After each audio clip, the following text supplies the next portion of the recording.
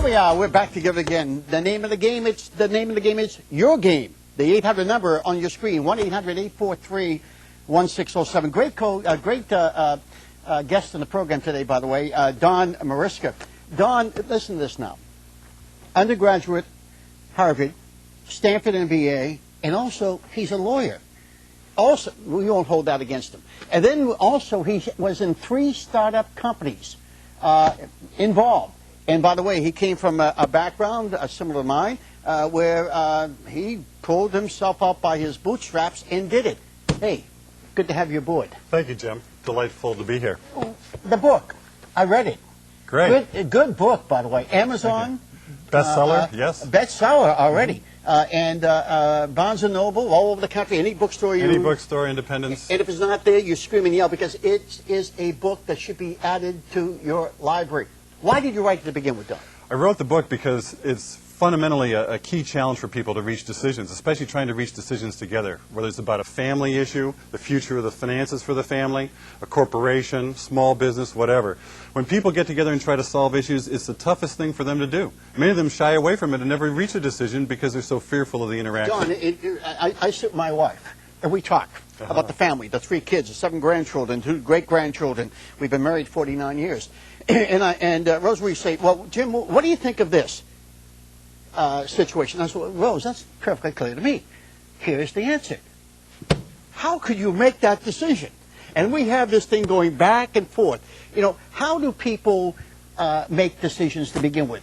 You can't do it by committee, can you?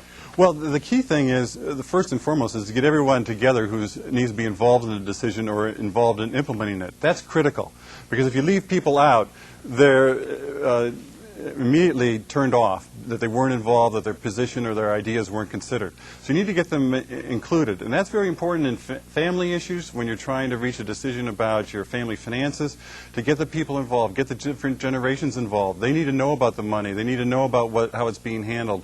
They need to learn through that process and be part of it. And get them talking about their hopes. What are they hopeful for? And why are those important to them? It's so important to get to what we're really after. Or do you do that in like a group therapy? Not as group therapy, but as a group sitting around the table, or if they're not available around the table, we do it by phone. We do it in whatever way we can to get people involved. Some people are more apt to say, God, I don't want to sound like a dum-dum here, so I'll just be passive, I'll be quiet, and I'll really not express what I think this company should really be doing.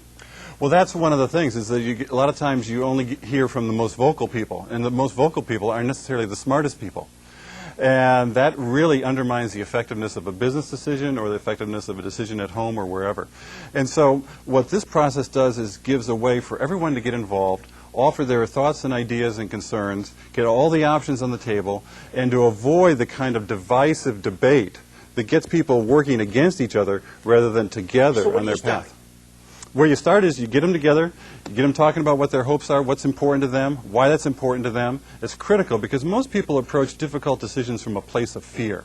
They're fearful of making a wrong decision. They're fearful that they're going to turn off one of their children by what they decide for another. So all these fears get people locked up and keep them from reaching effective decisions. So the key thing we need to do is to get them shifting out of those fears and talking about what their hopes are. The fear of the unknown. You know, the fear of the unknown, the fear of what could happen. People don't like change to begin with, do they? Well, as they say, the only person that likes change is a wet baby. Yeah, that's true, by the way. But, you know, change happens to us, whether we decide or not. It's happening every day. So we either let it just happen to us, or we engage. Right. And so the key thing about the book and the key passion behind the book is this desire to give people a way to come together, reach these decisions, and to move forward together. Because that's the most positive, proactive thing they can do, rather than avoiding the decision and letting circumstances or other people make those decisions for them. Which is not the right way. Right. You know, one of your chapters there, and forgive me if I don't remember exactly what was going on, but the bottom line, there was a big decision being made about computers or a new system, and there was a guy that had experience with another company. And that was the last guy in your mind that you would think would come up with the solution. So pay attention to what you might consider the lowly employee, because he might or she might contribute, might have the answer. Or if not have the answer, be the kind of person and the sort of voice that can get other employees to rally around them. People don't want the autocratic boss and to just hear, okay, this is what the boss wants and this is what we're going to do. They want to know, how's this going to affect me? How's it going to be for someone like me in my position? And that's where that guy was so powerful with everyone else, because he could say right from their own shoes what this was like and how they could bring it forward. You know, as a manager, as a chief executive officer of a company, it is our job, isn't it, to get the results done through the efforts of others. Exactly. And yet there are so many entrepreneurs that have a great idea. They start off with a great idea. I told you I was watching C-SPAN the other day, and I watched Google, Google, and I saw this young guy, and I said, wow. He's only 10 years out of school, and he's a billionaire when they go public with his company and so forth. And I said, he was so casual, drinking water out of a little plastic bottle and so forth. And I said, how does he surround himself, making sure that he's got the right people? How does he do that? Well, that's a critical thing, and many times those folks fail at that.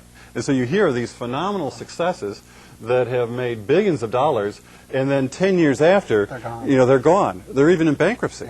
So the key thing is to really be sure that you get people sitting around the table with you that are competent and effective, and sitting around together, because a lot of times otherwise you'll get advice from one person and they'll say do this, from someone else and they'll say do that, and the person's sort of stuck in the middle, and they either just shut down and do nothing because they don't know what's the right answer. So the bottom line, you can take this book, and someone who reads it can relate their personal life in building their wealth by following some of your thoughts here. Exactly. In fact, my wife and I started using this process in our family, and then we took it forward into the companies that I started and was CEO of in Silicon Valley, and then with the companies that I invested in and became public companies.